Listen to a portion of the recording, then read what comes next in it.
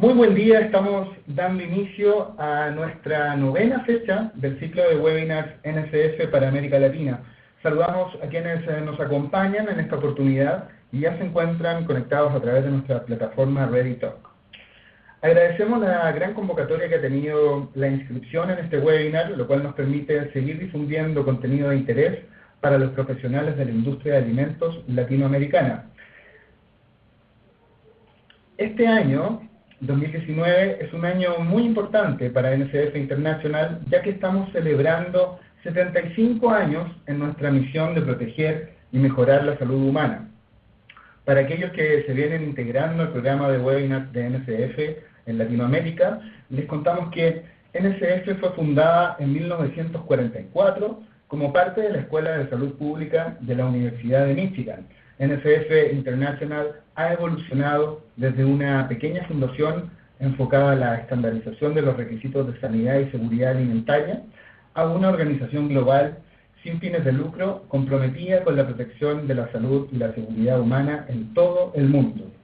A lo largo de los años, NSF International ha trabajado junto a agencias gubernamentales, instituciones académicas y organizaciones públicas y privadas abordando los problemas de salud pública más importantes del mundo. El día de hoy, NSF International emplea más de 2.800 profesionales a nivel mundial, incluyendo ingenieros, microbiólogos, médicos veterinarios, toxicólogos, químicos, expertos en salud pública y especialistas en certificación. Juntos promovemos el desarrollo de estándares de salud, analizamos, auditamos y certificamos productos para la industria de los alimentos, ciencias de la salud, agua y productos de consumo, con el fin de minimizar los efectos adversos a la salud y proteger el medio ambiente.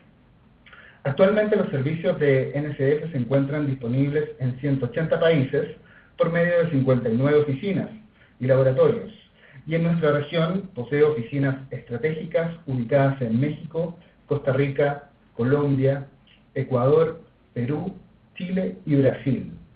Para aquellos que deseen conocer más sobre NSF, los invito desde ya a visitar nuestro sitio web www.nsf.org.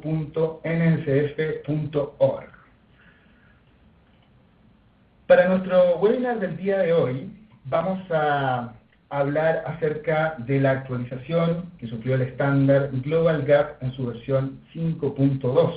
Para ello nos acompaña nuestro experto NSF, Mauricio Villanueva.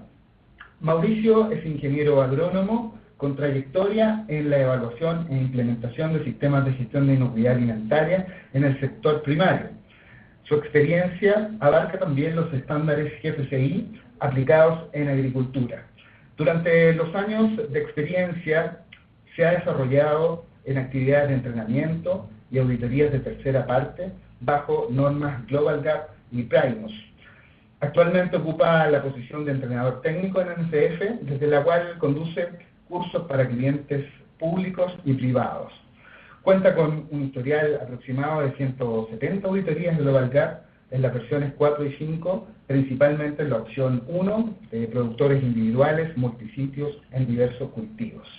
Bienvenido, Mauricio, y muchas gracias por acompañarnos el día de hoy con este interesante tema. Muchas gracias por la presentación, Ariel. Hola, muy buen día para todos. Es un gusto para mí estar con ustedes compartiendo este tema a través del webinar, que sé que les interesa mucho conocer. Bueno, sin mayor preámbulo, vamos a comenzar con esta charla. Bien, a continuación yo les presento el objetivo principal de estar acá en el webinar. Principalmente el objetivo sería identificar los cambios ocurridos en el estándar Global Gap con alcance sobre frutas y hortalizas, específicamente en la versión 5.2, así como también otro de los objetivos es comprender el impacto que estos cambios sufridos en el esquema van a tener sobre las explotaciones agrícolas, es decir, qué tienen que hacer ustedes para poder tener resultados satisfactorios en sus próximas auditorías. Comentarles también la agenda. Vamos a ver 4 temas principales. Uno de ellos son las generalidades del estándar. Vamos a ver aquí los números, las cifras más recientes que Global Gap ha reportado. En este caso yo les voy a mostrar información actualizada directamente de Global Gap, válida hasta el diciembre del 2018, es decir, todo lo que ha sucedido, nada más está incluido este año, pero tenemos esa información con respecto a los números. Seguramente al cierre de este año pues podemos tener actualizada esa información. Otra de las cosas que vamos a revisar es el origen de la actualización, de dónde viene cuál es el background de este cambio tan importante que ha tenido el estándar. Después nos vamos de lleno con la parte que nos interesa, que serían cuáles fueron los cambios realizados en esa versión 5.2. Y finalmente cerraremos con el plan de acción.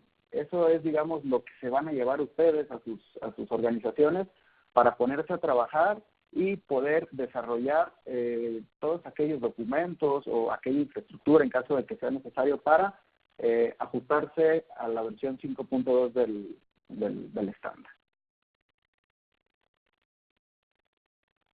Bien, conociéndonos un poco, una forma de interactuar en esta plataforma es a través de una siguiente pregunta que yo les voy a hacer. Me gustaría conocer cuál es la función que ustedes desempeñan actualmente en su operación, ¿sí? ¿Cuál es esa función que los trajo el día de hoy a este webinar? Entonces, ¿qué es lo que vamos a hacer?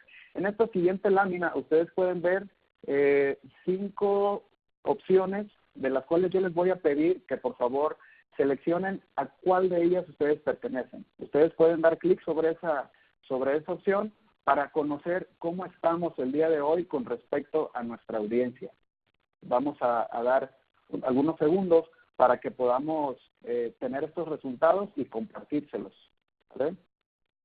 Muy bien. Entonces, estamos viendo que la mayoría de nuestra audiencia pertenecen a los implementadores, productores también están por ahí algún porcentaje, el 21%, se sigue actualizando. Muy bien, tenemos también un buen número de editores, muy bueno eso, consultores también, una de las partes más importantes de las certificaciones, y algunos pocos asesores técnicos. Perfecto. Muy bien, entonces tenemos un muy buen número. Estamos por ahí con los implementadores en una mayor cantidad. Bien, vamos a continuar. Muchas gracias. Con esto ya me doy una idea de cómo está nuestra participación el día de hoy. Ahora, platicando un poco acerca de Global Gap. Bien, Global Gap, como ya sabemos, es una organización global con un objetivo fundamental. En este caso, el objetivo de Global Gap es la producción agropecuaria de una forma segura y sostenible, hablando a niveles mundiales. ¿A qué se refiere ese término de producción segura? El término de producción segura tiene que ver con que haya suficientes alimentos para la humanidad, pero también el término segura se refiere a que esos alimentos que se entreguen a la humanidad sean alimentos que no vayan a causar un daño a la salud de los consumidores. Y el término sostenible se refiere a que nosotros, o más bien ustedes como organizaciones, la forma en la que produzcan sea de forma que se cuiden los recursos naturales, en este caso, recursos naturales, y en este caso también hablando de los trabajadores, ¿no? que se goce de salud ocupacional directamente en las organizaciones. Bien, entonces, esta organización, a través de ese objetivo, lo que ha hecho es que ha establecido normas voluntarias para la certificación. Específicamente, vamos a hablar de productos agrícolas, ¿sí? Cada vez más productores, proveedores y compradores están armonizando, están adoptando esta norma al ver pues, su aceptación a nivel mundial. Al tener nosotros un certificado de Global Gap, también nosotros conocemos que es una norma para el aseguramiento integrado de fincas, ¿no? Lo que conocemos como IFA.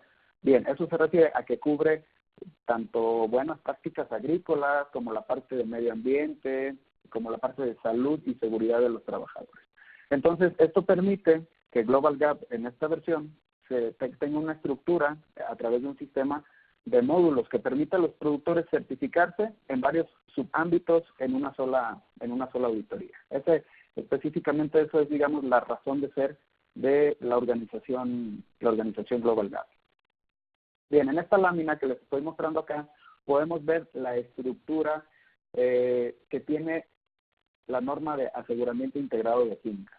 En este caso, como bien sabemos, si nosotros nos vamos a frutas y hortalizas, es digamos, nuestro subámbito, pues tenemos 3 módulos aplicables, ¿no? Que es el módulo para todo tipo de fincas, el módulo de cultivos y de frutas y hortalizas. Básicamente eso es lo que está centrada en nuestra charla del día de hoy. Sin embargo, yo quisiera comentarles únicamente como tema de cultura general, de Global Gap. Aquí les estoy yo mencionando algo que llegó recientemente, no sé si algunos de ustedes ya lo conocían, pero se agrega el subámbito del lúpulo, ¿sí? Esto es el año 2017, en julio específicamente, cuando migró de la versión 5.02 a la versión 5.1, ahí lo teníamos. Si bien estamos hablando de 5.2, yo quiero comentárselos pues para que lo conozcan. Específicamente este subámbito tiene que ver con aquellos comerciantes, procesadores y elaboradores de cerveza en todo el mundo. Ellos anteriormente se certificaban a través de otra norma, que era la norma de cultivos a granel. Sin embargo, pues bueno, decidieron hacer un subámbito adicional y ahora se certifican a través del lúpulo. Ahora, mi comentario final sería, en el dado caso que ustedes implementen el esquema Global Gap sobre una producción de brotes, de germinados de lúpulo, entonces lo que se tendría que hacer sería implementar la norma frutas y hortalizas y la norma de lúpulo, ¿sale? Eso es para hacer un sistema de certificación integral, nada más como cultura general, ¿no? Les comento esta parte de este módulo que ha llegado específicamente de manera reciente. Ok, ahora en esta lámina lo que les muestro yo, cómo están distribuidos en esos 3 módulos de frutas y hortalizas los puntos de control. Específicamente tenemos 221 puntos de control distribuidos en los tres módulos. De esos, 102 de los módulos pertenecen a puntos de control que tienen impacto directamente sobre inocuidad alimentaria. ¿Qué quiere decir? Que la mayoría de los puntos mayores de la norma Global Gap podemos encontrarlos en esta parte, en la parte de inocuidad alimentaria. De ahí pasamos a medio ambiente y todo lo que tiene que ver con biodiversidad. En este caso tenemos 69 puntos de control específicos para este rubro. Pasando con salud y seguridad de los trabajadores, que son 28 puntos de control, y para trazabilidad tenemos 22 requisitos específicos. Estos son contando los 3 que han llegado con esta versión 5.2. ¿Sí? Ahí estamos ya contabilizándolos. Ahora platicándoles un poco de cómo están los números de Global Gap. Yo aquí me voy a detener un momento para comentarles que pues aquí está el resultado de por qué Global Gap se ha convertido en esa norma de las más aceptadas a nivel internacional. Al diciembre del 2018 se habrían emitido 200.279 certificados, ¿sí?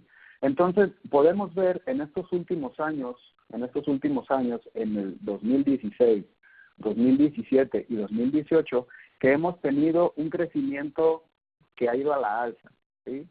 De 2015 a 2016 tuvimos un aumento del 8%. ¿Qué quiere decir esto? Que por lo menos aumentaron 13.800 certificados de un año a otro.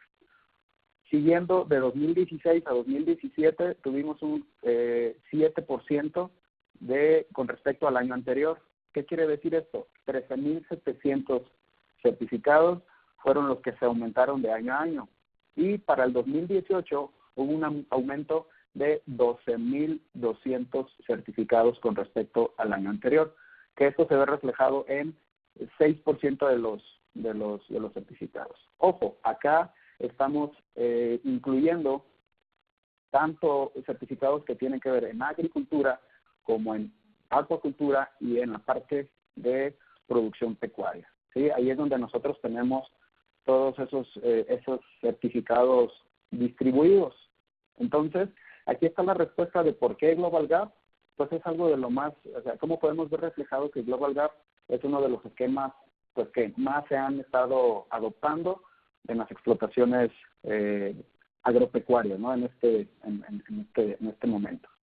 Bien, ahora platicándoles cuáles son esos 10 principales cultivos que se certifican bajo Global Gap en campo abierto.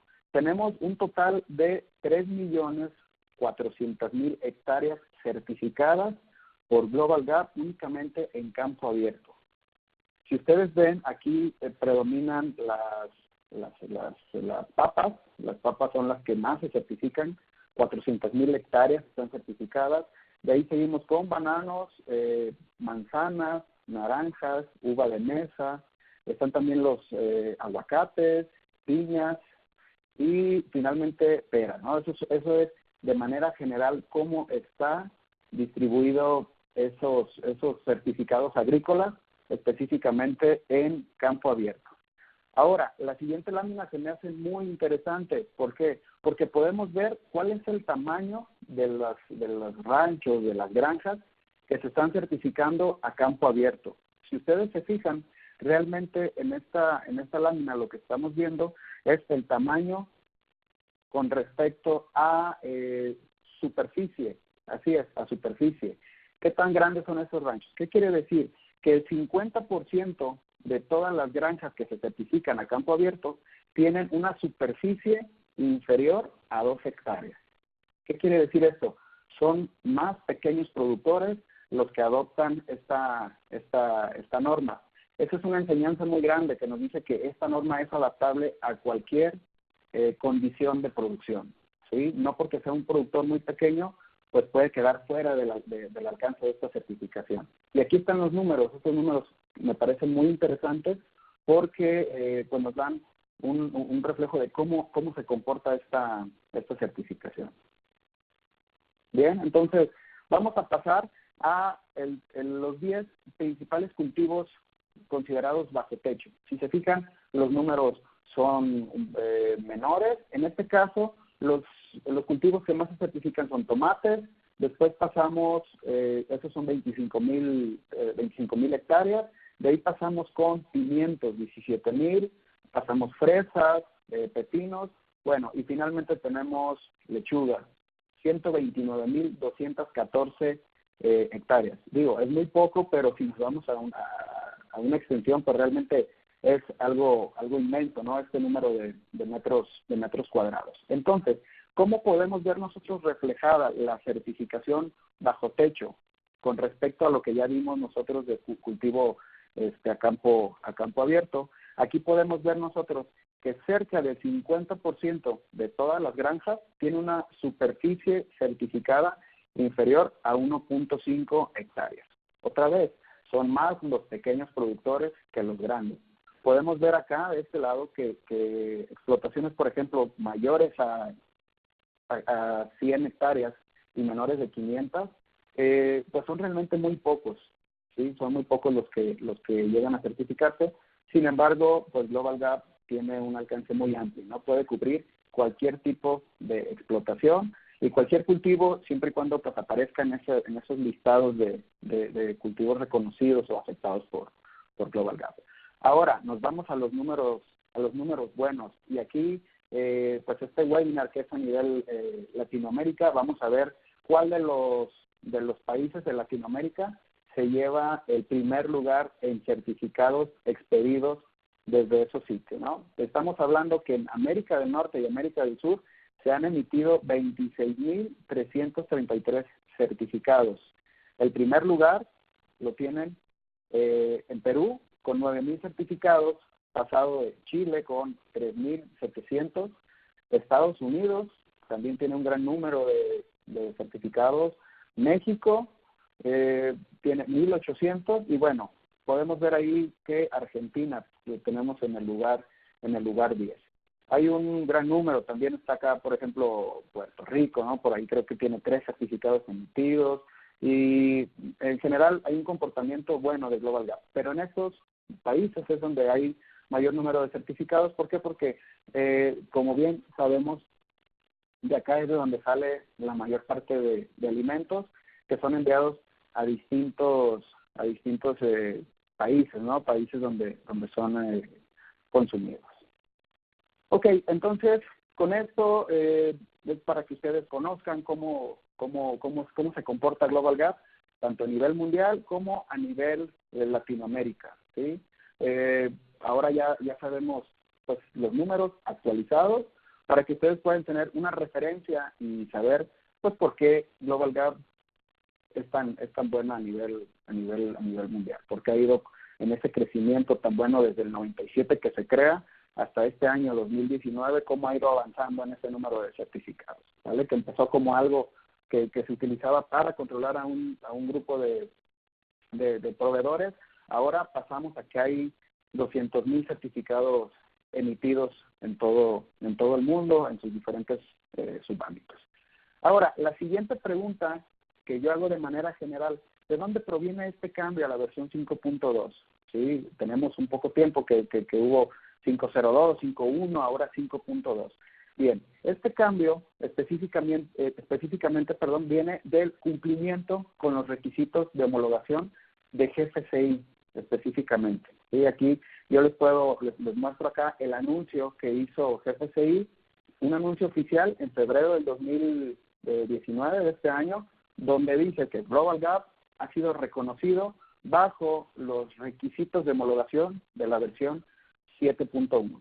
¿Vale? Entonces, desde ahí es de donde viene este cambio. Realmente lo que ha sucedido en los últimos años es que los esquemas se han visto, voy a utilizar ese término, forzados en cumplir con estos requisitos porque pues deben de estar a la vanguardia. ¿Vale? GFCI lo único que propone pues son una serie de digamos, requisitos mínimos, y lo que se asegura es de que cumplan cualquier esquema. Entonces, los dueños del esquema tienen que hacer pues todo lo posible por estar a la vanguardia y poder seguir, digamos, en ese crecimiento exponencial como lo vimos en las láminas pasadas. ¿Cómo se lleva a cabo ese proceso de homologación? Bueno, el proceso de homologación lo que se busca siempre es el reconocimiento, ¿sí? ¿Por qué el reconocimiento? Bien sabemos que GFCI, por allá en el 2000, luego de todas esas crisis que hubo de dioxinas, de listeria, por ahí de la encefalopatía espongiforme bovina, luego de todas esas crisis alimentarias es de que llega GFCI, y ahora lo que hace es pues asegurar y dar confianza a la cadena de suministro, las diferentes partes, tanto proveedores como consumidores. Y entonces lo que se busca es ese reconocimiento. ¿Qué es lo que se hace? El dueño del esquema, en este caso, el programa de certificación, presenta ante GFCI su programa, asegurando cumplir con los puntos que ellos tienen en esos criterios.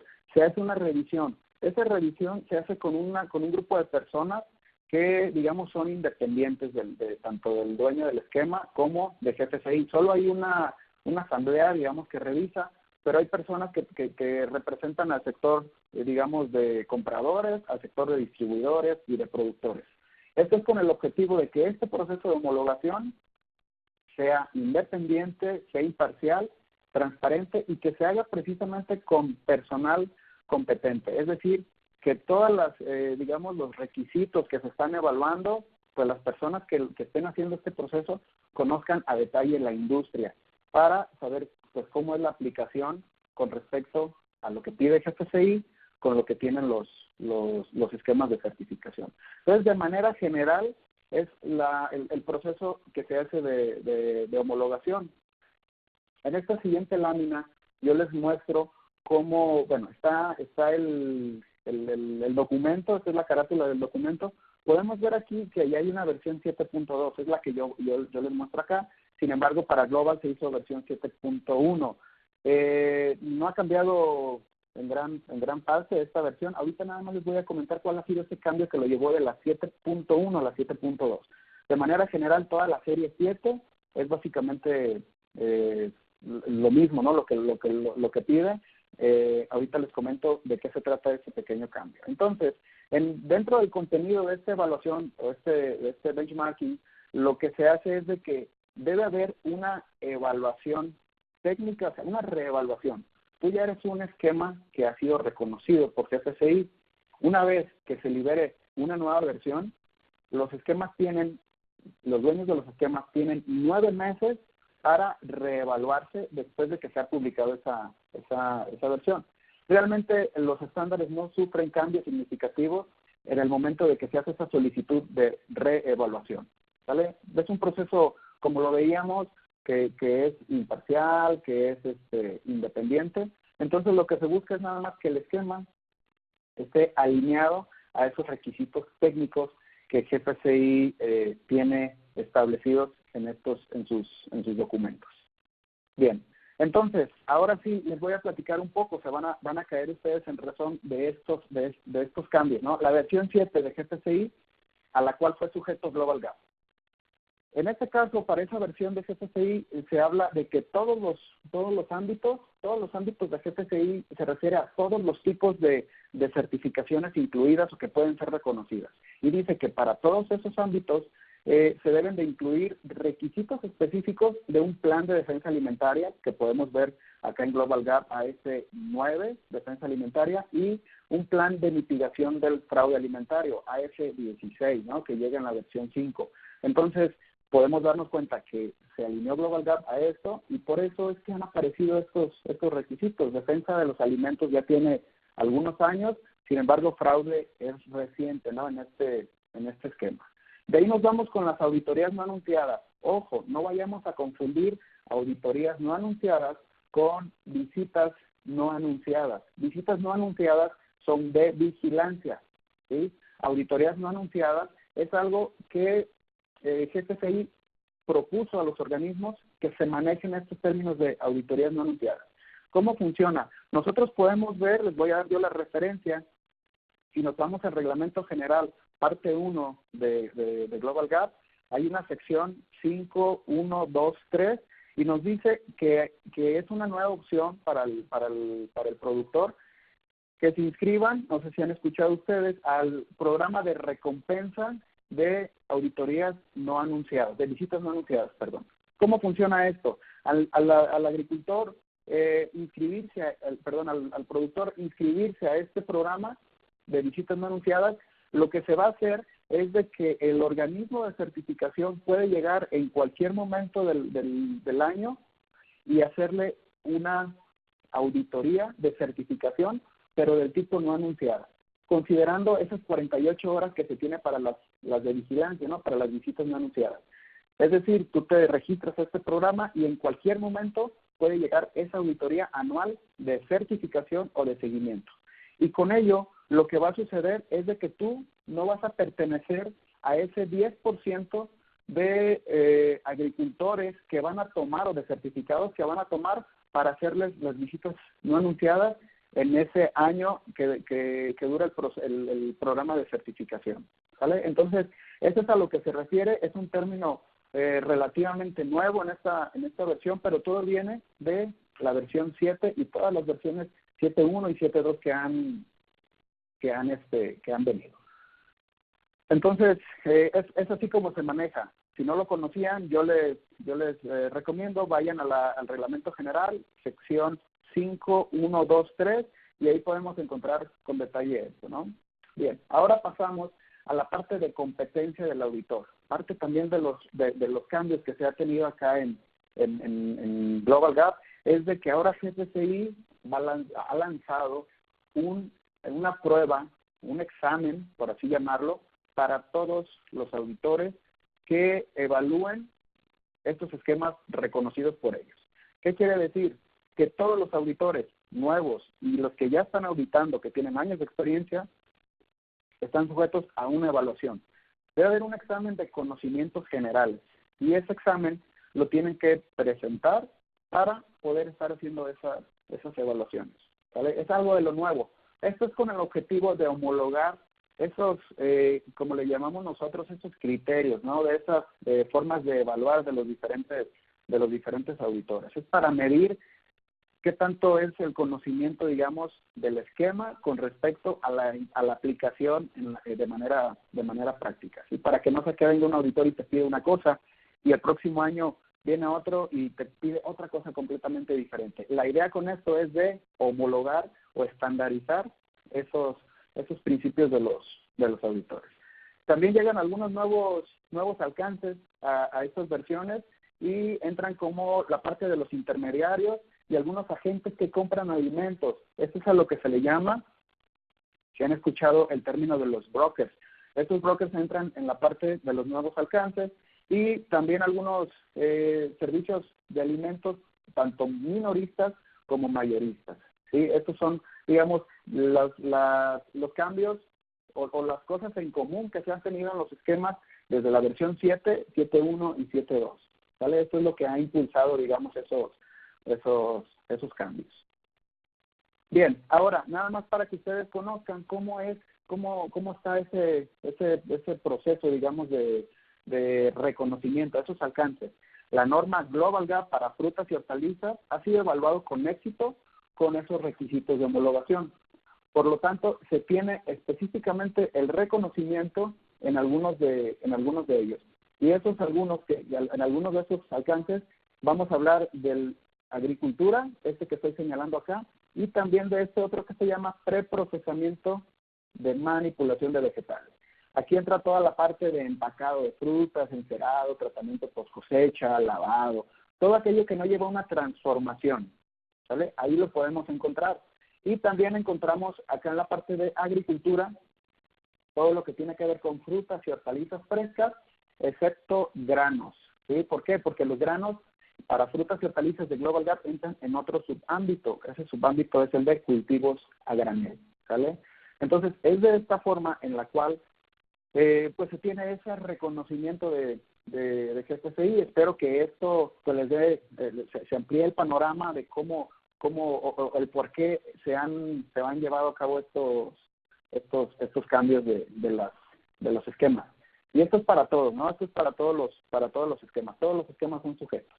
Bien, ahora, la parte buena, la parte importante, ¿sí? Ocupamos una fanfarria aquí para llegar a esta presentación, a esta lámina.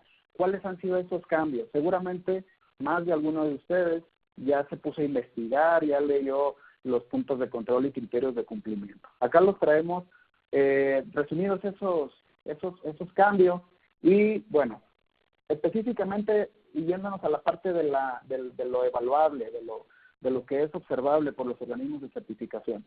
Tenemos un cambio específicamente en el reglamento general, en esa sección que es la 5121, ahí tenemos inspecciones anunciadas. Ahorita me voy a ir más a detalle con cada uno de estos puntos, pero ha sufrido un cambio acá, el reglamento.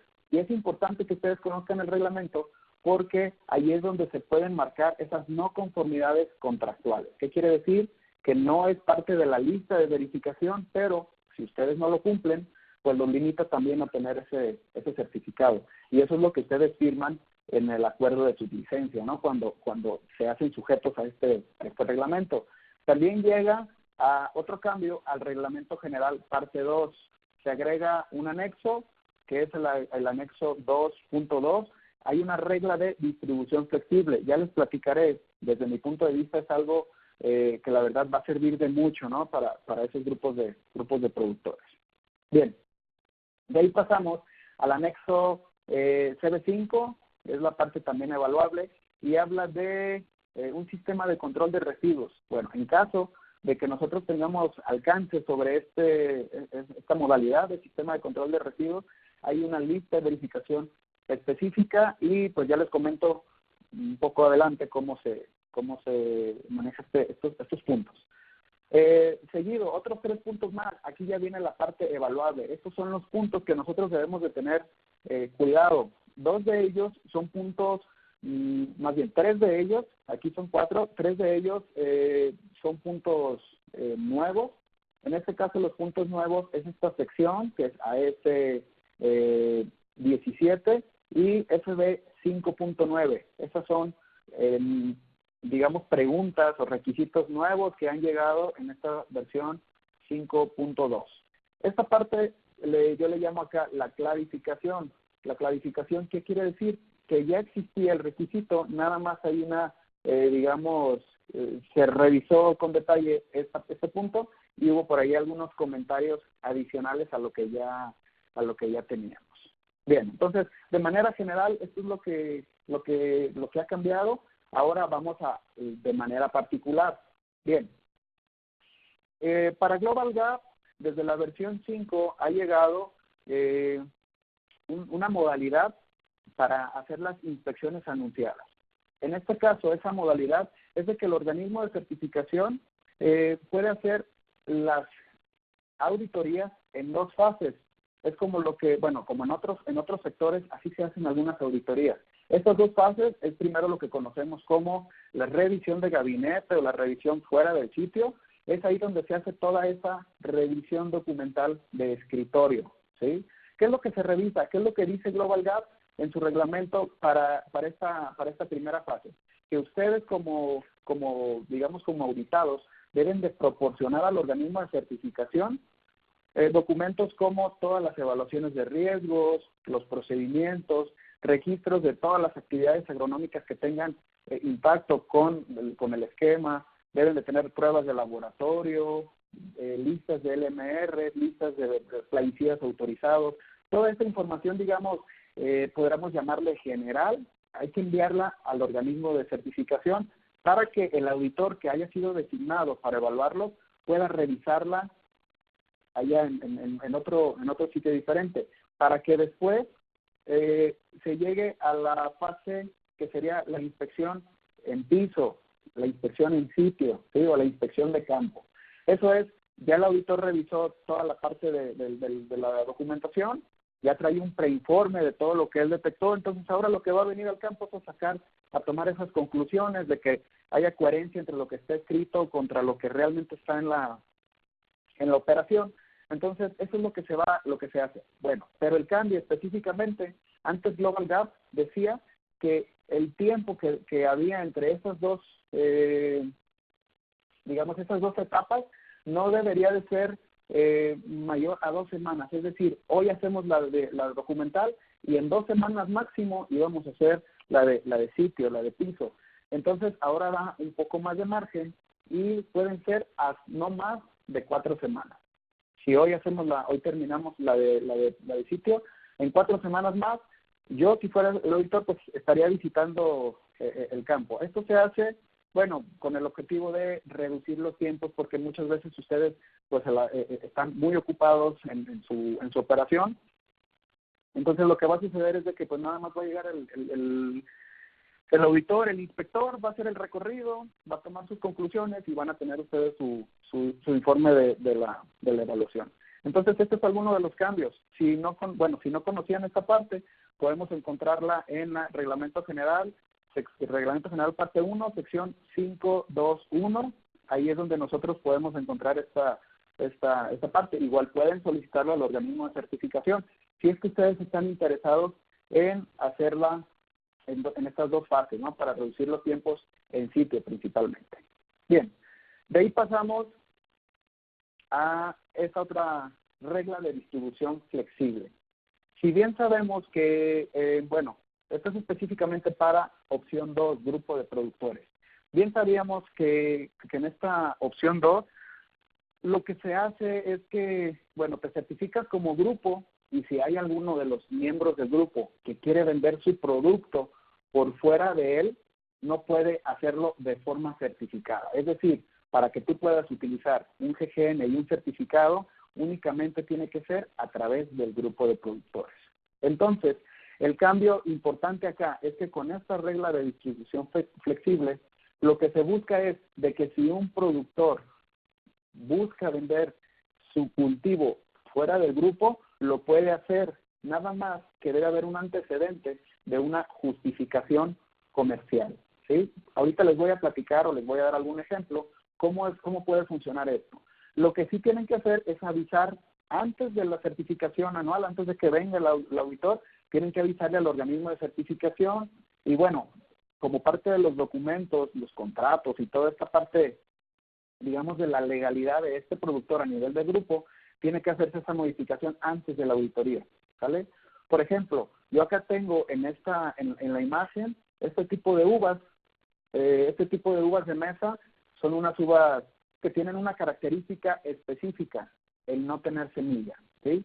¿Y qué puede suceder? Yo soy un grupo de productores, o yo pertenezco a un grupo de productores muy grande, pero soy el único de ellos que tiene esta variedad específica de uva de mesa que no tiene semilla.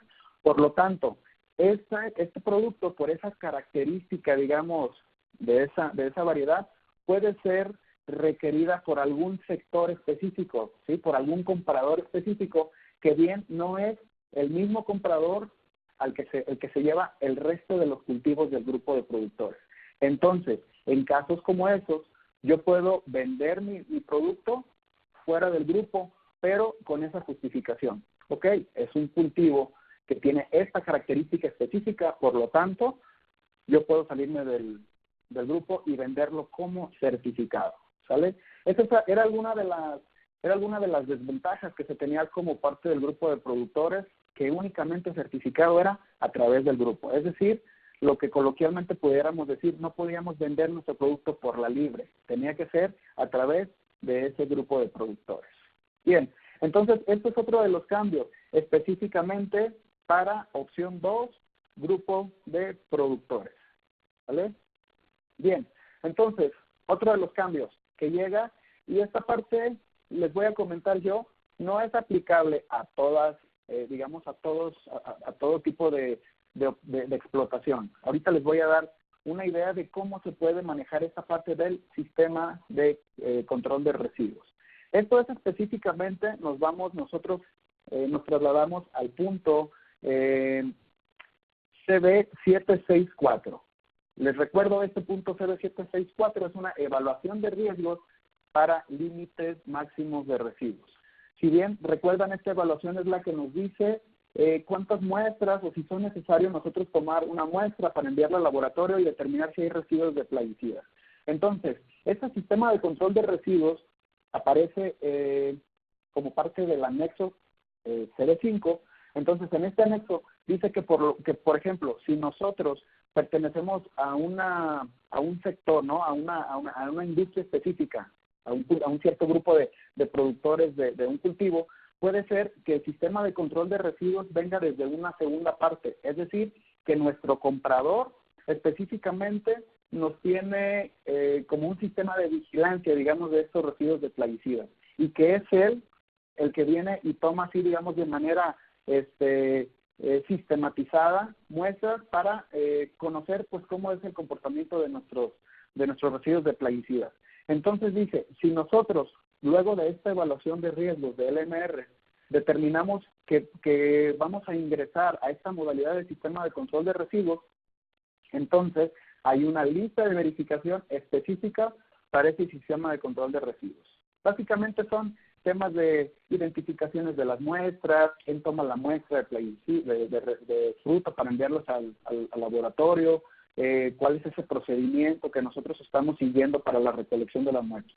De manera general, esto es el sistema de control de residuos. Yo no lo marqué al final como que el plan de acción, porque va a depender de ese resultado de nuestra evaluación de riesgos.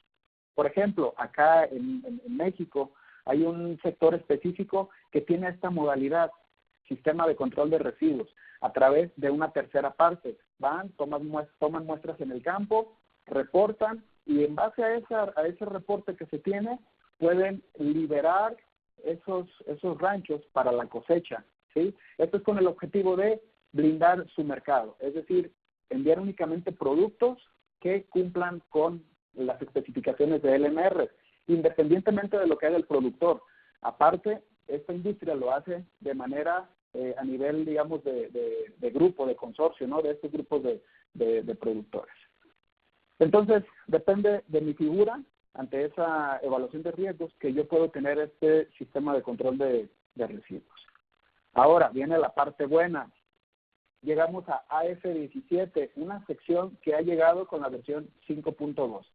En esta sección Bueno, tenemos una pregunta y esa pregunta es de nivel mayor. Y nos dice, se tiene un procedimiento documentado e implementado para productos no conformes. Es decir, aquí lo deja a un, digamos, criterio amplio. Un procedimiento, ¿cómo lo vamos a escribir? Pues nosotros, ahí es donde el trabajo de ustedes, implementadores, tiene que echar a volar su imaginación. ¿Cómo nosotros podemos implementar o documentar un procedimiento de productos no conformes? Primero, tenemos que partir desde qué es para nosotros, tomando en cuenta Global Gap, cuáles son los puntos que, digamos, que toca Global Gap, cuáles serían, o qué sería, qué escenarios serían un producto no conforme. Yo aquí tengo en esta lámina algunos escenarios. Imaginemos nosotros que tenemos incumplimiento de LMR. Entonces, nuestro producto sería, pues, no conforme. Yo no puedo autorizar una cosecha, incluso no puedo despachar mi producto si es que tengo incumplimiento de estos LMR. Imagínense ustedes que yo también, al momento de recibir, tengo material de empaque primario contaminado. Algo sucedió en el transporte, en la carga, no sé, que mi producto está contaminado, por lo tanto, yo no pudiera utilizarlo. Ese pudiera ser otro escenario de producto no conforme. Después, pasamos a producto terminado con materia extraña, algo también que es algo común que llegue a suceder, o también, si nos vamos a nivel de campo, producto o el cultivo con evidencia de intrusión animal, ¿sale? Entonces, estos son algunos de los ejemplos, y aquí en esta lámina, por ejemplo, yo pongo este ejemplo, ¿no? Tengo una caja de producto terminado con una tuerca que proviene de la maquinaria, en línea final se detecta, entonces ese es un producto no conforme. Ese procedimiento debe ser diseñado para nosotros poder manejar este tipo de situaciones. Entonces, pues hay que echar a volar nuestra imaginación y saber cuáles son esos posibles escenarios que puedan desencadenar un producto considerado como no conforme, ¿vale? Entonces, en este caso, lo que se busca es de que pues que estemos preparados, ¿sí?, para poder atender estas situaciones.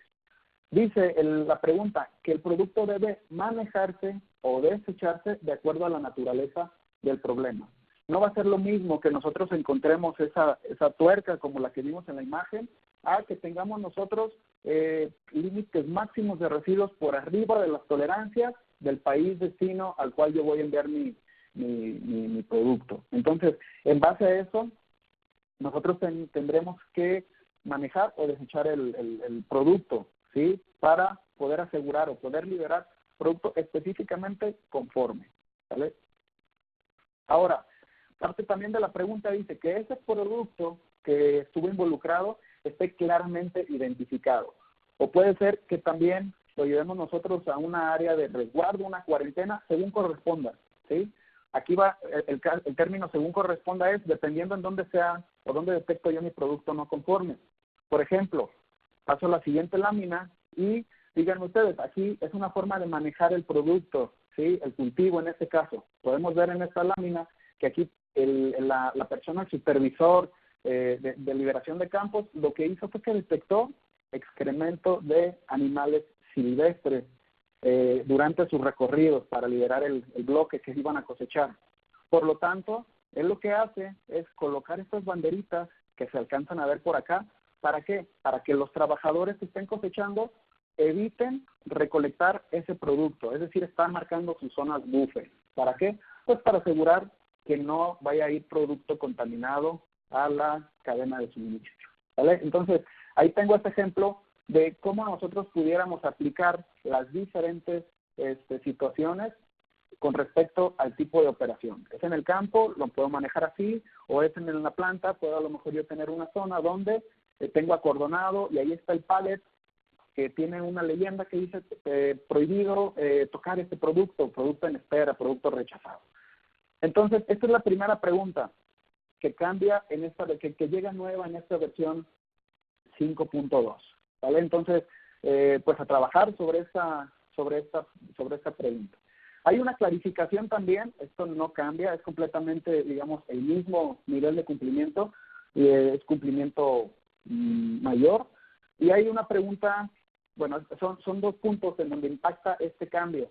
Hay una clarificación, y dice esta clarificación que se debe de incluir tanto en la evaluación de riesgo de FB 511 como en FB 521 el tema de la higiene del transporte que traslada el producto desde la granja, el rancho, hasta, digamos, el punto de manipulación, ¿sí?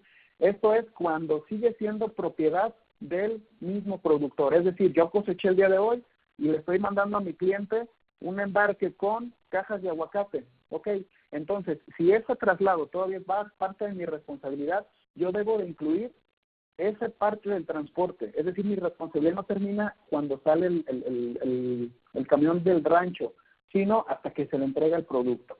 Por lo tanto, puede ser que esto ustedes ya lo manejaban. Si lo manejaban ya de esta forma, muy bien. Si no lo habían hecho, entonces hay que incluir la parte del transporte externo del producto, incluyendo la evaluación de riesgos y también la verificación de la limpieza de esos vehículos que se utilizan para el transporte de estos cultivos. Bien, pasando a la a la sección FB 5.9. Llegan dos preguntas y estas preguntas tienen que ver con etiquetado del producto. Yo aquí tengo algunos ejemplos para que ustedes puedan comprender estos cambios que hubo.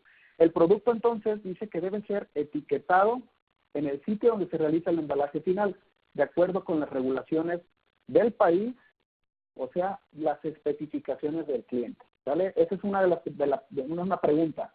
Y la otra pregunta tiene que ver con el tema de contaminación cruzada si nosotros manejamos algún producto que está catalogado como alergénico, ¿vale? Entonces son dos cosas diferentes. Etiquetar donde se realiza el embalaje final de acuerdo a las especificaciones, sea del país o sea las especificaciones del cliente. Yo tengo un par de ejemplos y estos ejemplos espero que quede reforzada esta parte. Por ejemplo, si nos vamos al etiquetado de acuerdo a la especificación del cliente, me gustaría saber si ustedes conocen esta parte de los PLUs. Son esas etiquetas pequeñitas que luego podemos encontrar como acá, como en esta manzana, que identifican a las frutas y verduras en base al qué producto es, qué variedad y qué tamaño o qué calibre, no sé cómo lo conozcan, y son dígitos que se asignan por la Federación Internacional de Estándares para Productos. Ellos hacen este trabajo y podemos ver, por ejemplo, en la siguiente lámina, que esta manzana que veíamos acá tiene un código que es el 4131.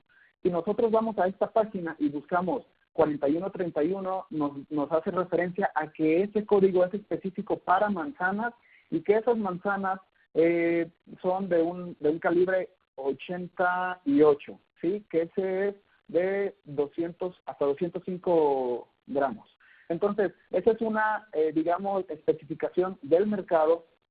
Si bien ustedes ya saben que esto, es parte del etiquetado de los productos, es una etiqueta individual que lleva cada uno de los productos, pero puede ser que en tu país exista alguna legislación específica para el tema del etiquetado, ¿sí? Por ejemplo, si ustedes están produciendo bajo principios de agricultura orgánica que sea necesario etiquetar ese producto, adelante. Este punto es específicamente para eso, es muy amplio y hay una gran diversidad de acuerdo a los países, los países de producción, ¿no? Bien, y la parte de alérgenos. Entonces, nosotros podemos o conocemos, por ejemplo, en Norteamérica tiene el grupo de los 8 alérgenos y nos dice que si nosotros tenemos riesgos dentro de nuestra producción o manipulación, o sea, en este caso, dentro de la planta, que manejemos nosotros un producto que sea alergénico, entonces lo que tendríamos que hacer es etiquetar ese producto como con ese riesgo, ¿no? ¿Por qué? Porque 1 de cada 25 personas, por lo menos en los Estados Unidos, presentan alergias alimentarias, ¿vale? Entonces, las salas de emergencia son muy concurridas en aquel país por precisamente eso, ¿no? Porque no hay un etiquetado correcto de los alérgenos. Entonces, Hay que identificar bien de esos grupos de alérgenos cuál es nuestro mercado destino y en base a eso nosotros poner esa etiqueta que va a ser un punto de control para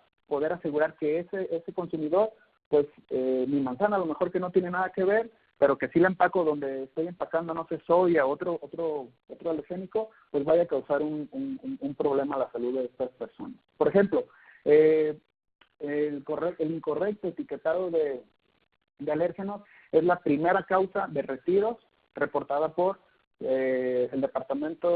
por la Agencia de Medicamentos y Alimentos de Estados Unidos, por FDA, ¿sí? Ellos entonces son los que dan estos reportes y sí es importante la parte del etiquetado de alérgenos.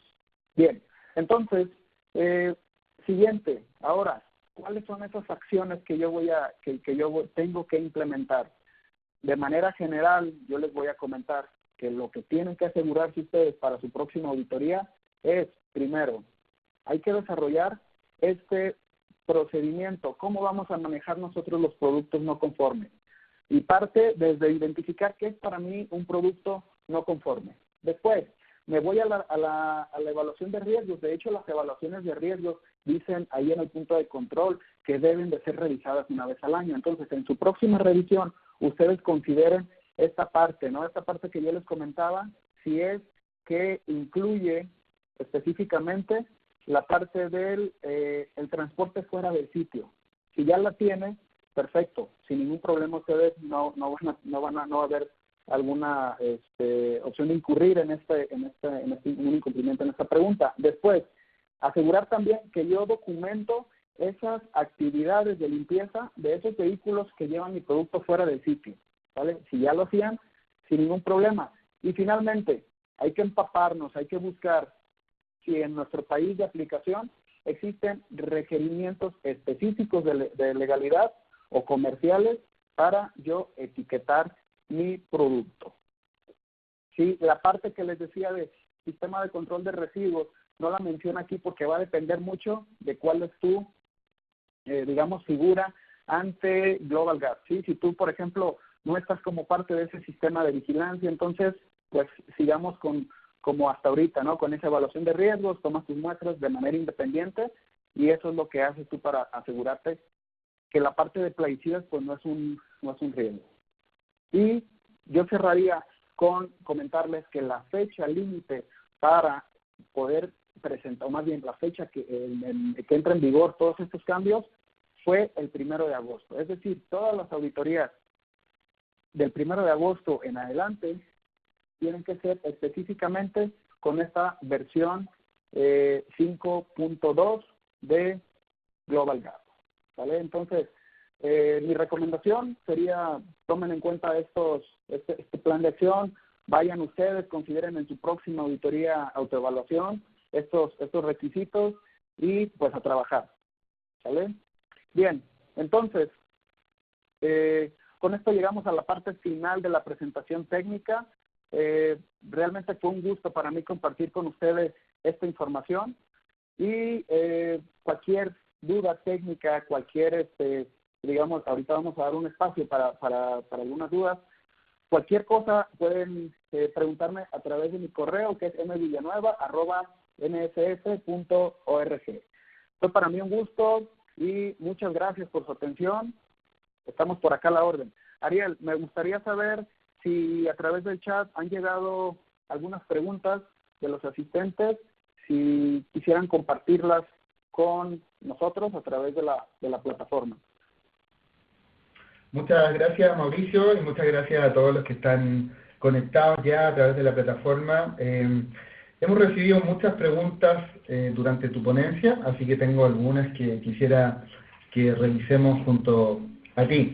Fíjate que una de las primeras habla acerca de este cambio que mencionaste, que tenía relación con esta regla de distribución flexible, y a nuestra audiencia le gustaría saber si esto aplicaría para variedades de especies, si tiene es acotada a un tipo específico de producto, y si la podríamos ampliar, digamos, ¿cuál es su alcance en cuanto a los productos que abarca? Ok, yo puse el ejemplo de las uvas, pero realmente lo que debemos hacer nosotros es esa justificación comercial. Sí, tiene un gran alcance, es decir, nada más lo que nosotros ocupamos acá, reportar al organismo de certificación previo a recibir la auditoría, es hacerle saber cuáles han sido esas características organolépticas, no sé, del producto que lo convierte en un producto especial requerido por un comprador específico, que no es el mismo que es para el grupo, pero tiene un alcance amplio. Puede ser cualquier cultivo, ¿no? Por ejemplo, yo soy un productor orgánico, pero el resto del grupo no son orgánicos, son convencionales. Entonces mi producto es específico y esa característica es la que puede llevarlo a la parte de la regla esta de producción flexible, de comercialización flexible. Perfecto, Mauricio, muchas gracias por la respuesta. Yo creo que ahí de seguro se ilustró un poco más cuál es el alcance para nuestra audiencia y los productos que ellos estén procesando. Fíjate que tenemos una pregunta interesante que habla de cuáles serían los beneficios de pertenecer al grupo de auditorías no anunciadas. ¿Hay algún beneficio? ¿Me diferencia esto del resto de los productores que no se encuentran bajo este sistema? Si nos pudieras ampliar esa información. Ok. El pertenecer a ese programa de recompensa, ¿no? Su nombre lo dice, programa de recompensa de visitas no anunciadas. ¿Qué es lo que sucede? Si tú, por ejemplo, al momento de que haces la solicitud con el organismo, tú pides que sea tu auditoría anual de certificación, que sea de esa forma no anunciada, es decir, que en cualquier momento del año ellos pueden llegar. Tú ya sabes, porque ya te inscribiste. Ok, el beneficio que tienes es de que tú, al momento de que el organismo, por temas de integridad, va a hacer las visitas no anunciadas, que son aquellas que toma una muestra del 10% del total de certificados emitidos, tú no vas a pertenecer a esa muestra del 10%, ¿sí? Tú vas a eximirte de incluirte ahí con ellos para que no regresen como parte de una visita no anunciada de vigilancia, ¿sí? Entonces, ese es el gran beneficio, que tú recibes tu auditoría anual de forma no anunciada en cualquier momento del año, es decir, como un tanto sorpresa. Tú ya sabes que van a llegar, no cuándo. Entonces, de ahí el organismo ya no te va a incluir en esa muestra, digamos, de su 100% de clientes, de ahí te va a quitar, y al resto, a ellos sí les puede llegar esa visita no anunciada para asegurar el cumplimiento del programa en ese periodo del año de certificación. Perfecto, muchas gracias, Mauricio, por la respuesta. Van llegando cada vez más preguntas a través de nuestro chat, así que voy a ir seleccionando algunas de las nuevas que se van integrando también a este listado para poder comentarlas contigo. Mira, mencionaste acerca de nuevos requisitos que tenían que ver con llevar registros de limpieza en el transporte, etcétera. Quisiera, Edith, que nos pregunta, quisiera saber si estos registros implicarían también resguardar como la presentación, ¿cierto? O la limpieza del personal que hace el transporte, ¿ya? No solamente el camión o el vehículo que lo hace, sino también entrarían las personas. Esa es su pregunta. Ok, bien, aquí es muy puntual el SD 526, que hace referencia específicamente a las condiciones del vehículo de transporte, ¿sí? O sea, ahí es lo que ocupamos en ese registro.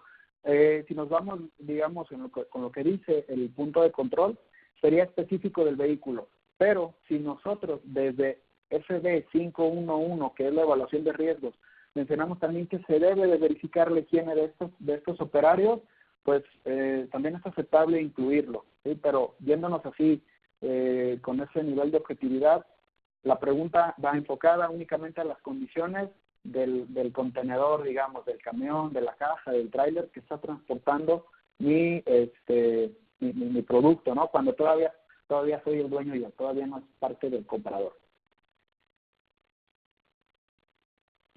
Excelente, muchas gracias por la respuesta.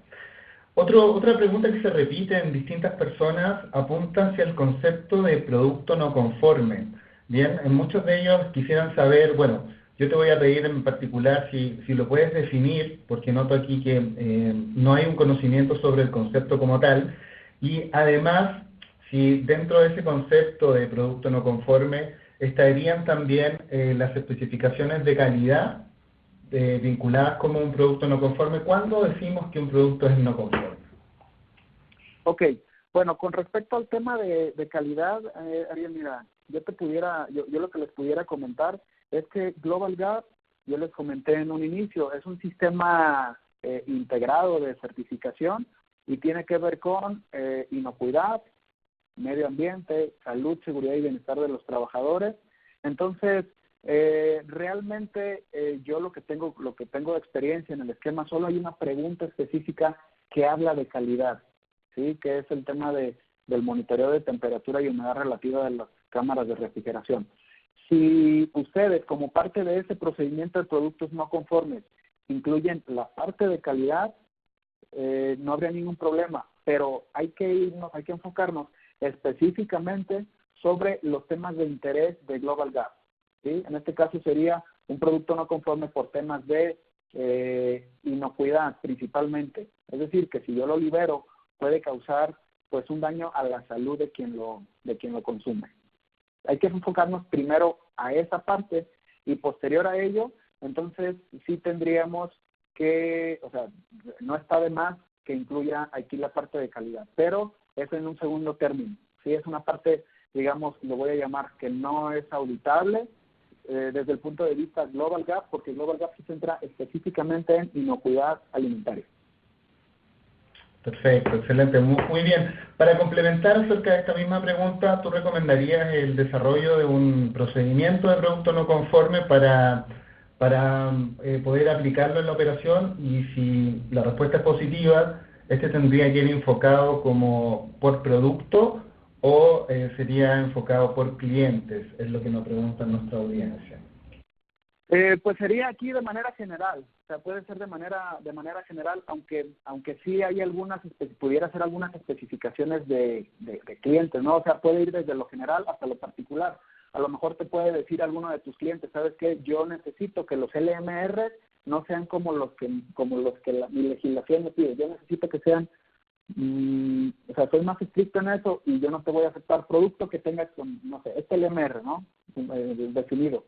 Entonces, eso también sería un producto no conforme específicamente para un cliente.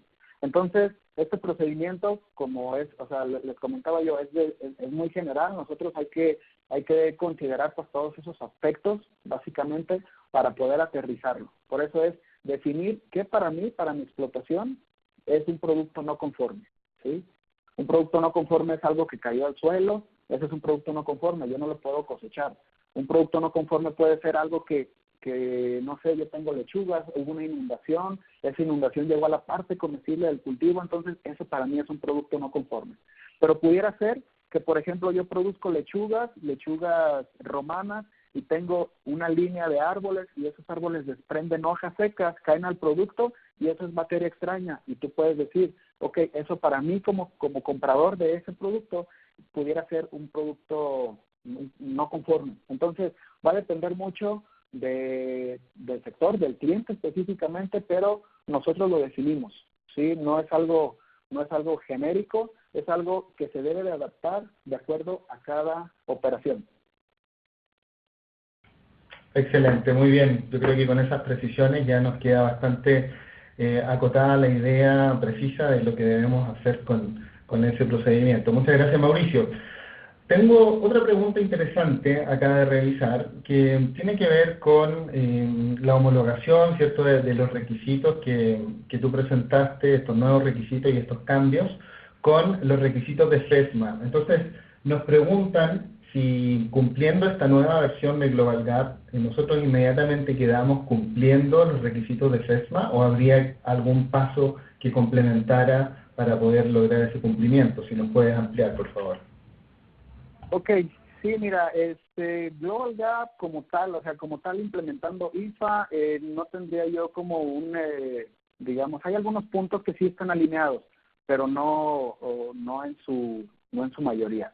Lo que yo requeriría aquí en esta parte para cumplir con FESMA es asegurarme de implementar o de evaluarme, más bien en este caso sería el término específico, es evaluarme con un add-on. En este caso hay un módulo adicional de FESMA, Product Safety Rule, que ustedes pueden solicitar al organismo de certificación. Es decir, es un módulo específico que trae cada uno de los requisitos incluidos en ese reglamento para productos frescos. Como tal, Global Gap solito, hay algunas cosas que sí están alineadas, pero hay que evaluarnos bajo ese módulo adicional, y es algo completamente independiente, digamos, de lo que tiene que ver con frutas y hortalizas. Sí está por ahí, o sea, sí tiene algunos puntos específicos, pero con mayor detalle es yéndonos a esa opción de ese módulo adicional. Nosotros podemos ir a la página, ahí donde vemos módulos adicionales o add-on, podemos descargar específicamente esa lista de verificación de ese módulo que pudiera ser evaluado, y ahí sí es completamente alineado, y es como un tipo homologación también de lo que hay con Global y de lo que me pudiera ayudar a mí para cumplir con esos requisitos de FESMA. Excelente, Mauricio, muchas gracias. Fíjate que causó mucha atención, ¿cierto?, lo que mencionaste sobre los procedimientos de limpieza, y muchas de las preguntas están apuntando a ello. Y una que es interesante habla de, ¿es necesario validar los procesos de limpieza como se hace en otras industrias con muestras microbiológicas específicas para algún patógeno? En este caso, ¿qué nos recomendarías?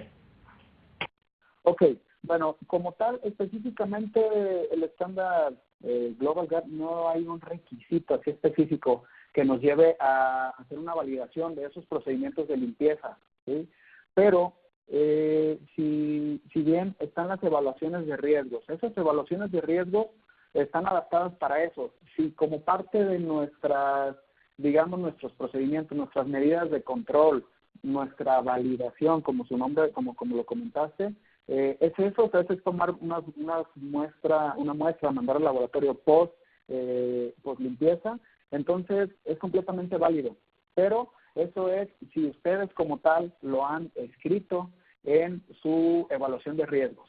Si ustedes lo escriben en su evaluación de riesgos, es auditable. ¿Qué quiere decir? Que están sujetos a que el auditor les haga esa evaluación. Pero como tal, no hay un requisito específico que hable del tema de validar esos procedimientos, ¿vale? Únicamente como un plan de mitigación de riesgos.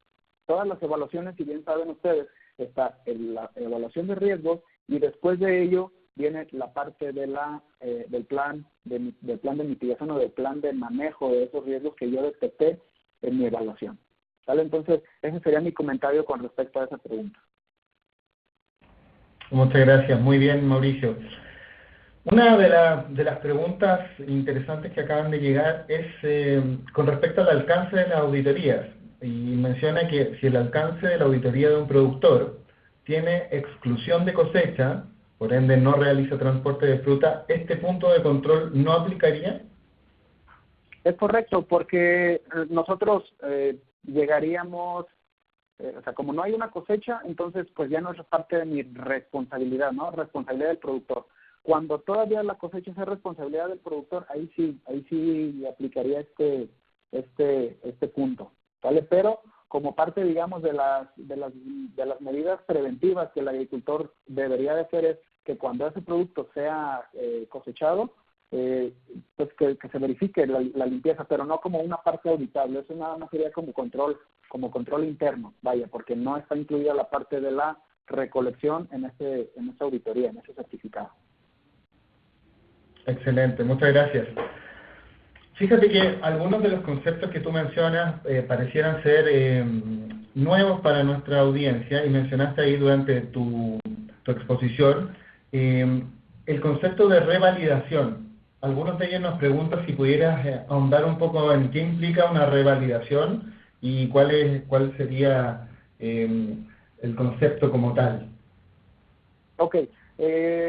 Si mal no recuerdo, ese concepto lo manejé cuando hablaba de cómo es el proceso de GPCI, de reconocimiento. El tema de reevaluación es cuando por ejemplo, el GFCI libera una nueva versión de sus requisitos de homologación. Entonces, en ese caso, lo que sucedía, Global Gap versión 5.1 ya tenía un reconocimiento ante ellos. Ahora hay un cambio en la versión de los requisitos de homologación, por lo tanto, el esquema como tal, el dueño del esquema, en este caso Footloose Global Gap, debe de presentar a una reevaluación ese esquema para ver si realmente cumple con esos nuevos requisitos que ellos hayan liberado. ¿Sí me explico? Entonces, ahí en ese momento es donde tienen que volver a evaluar que con la nueva versión que digamos, liberó el ente que reconoce, realmente el dueño del esquema, el esquema como tal, cumple con esos nuevos, con ese nuevo documento. Y para ello, tienen 9 meses. Por ejemplo, Global tuvo 9 meses para, una vez que se liberó 7.1, ellos presentar solicitar más bien esa reevaluación, ¿sí? Pero es básicamente eso lo que sucede. O sea, que te revisen nuevamente el esquema para asegurarte que cumple con esa versión nueva que ellos han liberado. Excelente, Mauricio, muchas gracias. Y otra cosa que pudiera interesar también a nuestra audiencia de hoy, tiene relación con requisitos de formación de auditor. Entonces ellos nos preguntan si los requisitos mencionados son requisitos para auditores externos que llegan a través de certificadoras o son requisitos que también deberían tener los auditores internos de Global Gap.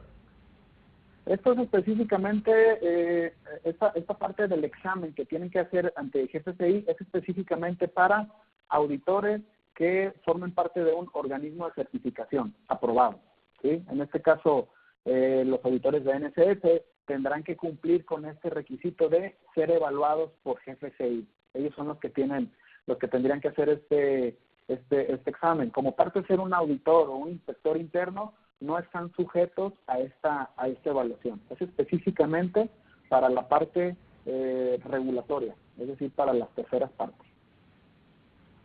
Excelente. Complementando también esta respuesta, Mauricio, nos preguntan, ¿cómo puedo saber yo como productor si el auditor que me está realizando la actividad cuenta con esa certificación? ¿Hay algún portal donde podamos chequear eso? Buena pregunta. De momento no hay algún portal diseñado para poder evaluar o para poder asegurarme que este auditor que va a llegar a hacerme una evaluación ya haya cubierto ese examen como tal. Aquí lo que pudieran hacer ustedes, pues es al momento de que se haga la asignación de auditores, pues pueden preguntar a su organismo si ya fue evaluado ese auditor.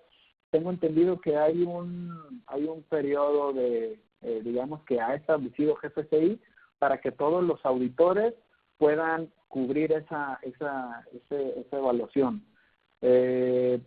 Recuerdo, bueno, no estoy así completamente seguro, me parece 2021 tienen como fecha límite para que todos los auditores a nivel mundial cubran esa parte, ¿no? Y auditores tanto de procesamiento como de producción primaria. Pero es un plazo que ha establecido directamente GFCI. Ese sería mi comentario con respecto a esa pregunta. Muchas gracias, Mauricio. Y bueno, comentarte a ti y a toda la audiencia que estamos llegando al final de nuestro webinar del día de hoy.